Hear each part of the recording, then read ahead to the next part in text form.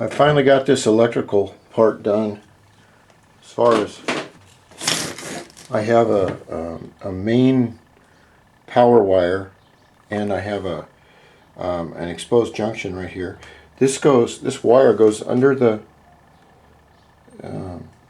footrest all the way up to here, here, and back into the switch right here. And then I have this ground wire which goes straight from the battery, and of course these wires will be shortened, and then I'll take some ties and tie all this stuff up to make it in good shape. Well, what this switch does is, I'm going to show you. It turns on the light for the cylinder head temperature, which is a really cool blue. It also runs the shows you what your battery is, and that's really good at high speed because you want to have a lot of good spark. And then it puts a light on the speedometer, and it starts the pump. So you can hear it. Now I don't have to turn the key on or anything. This is direct. But when I turn this on, the one thing I like about this is lighted, so that you know that you get off the bike or something like that and you can see it. So let's see if we can hear it.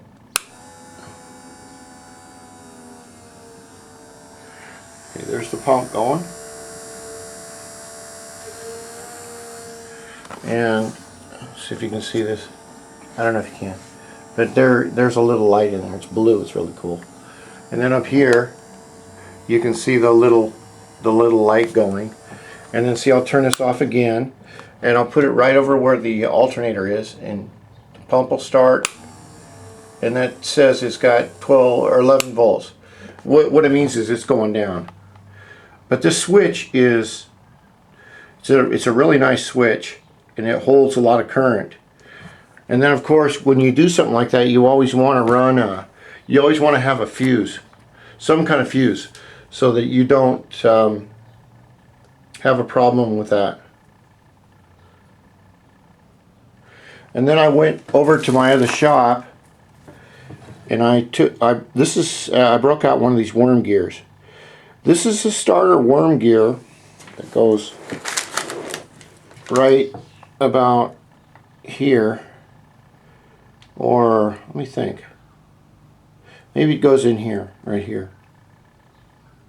And what happens, and this is a brand new one, what I do when I order one, I order two, so that I save on postage, and if it chews it up. Now this is a really high grade Japanese metal, but what happens is these little tiny gears, and it's called a worm gear because they're rounded like that, they're not straight.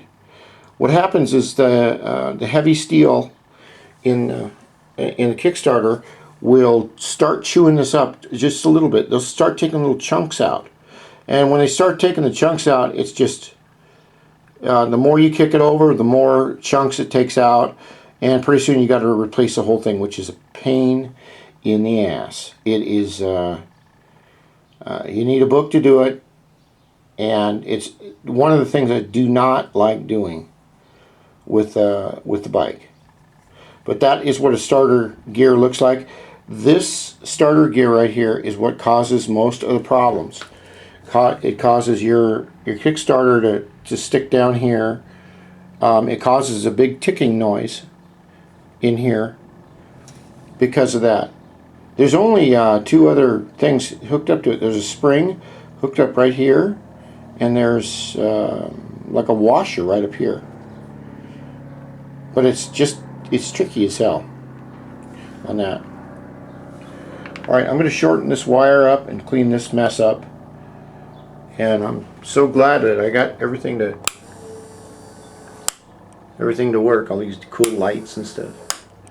Let's see if you can see the light on that. I don't know if you can. No, you can't see it. Anyway, it's blue. I like that.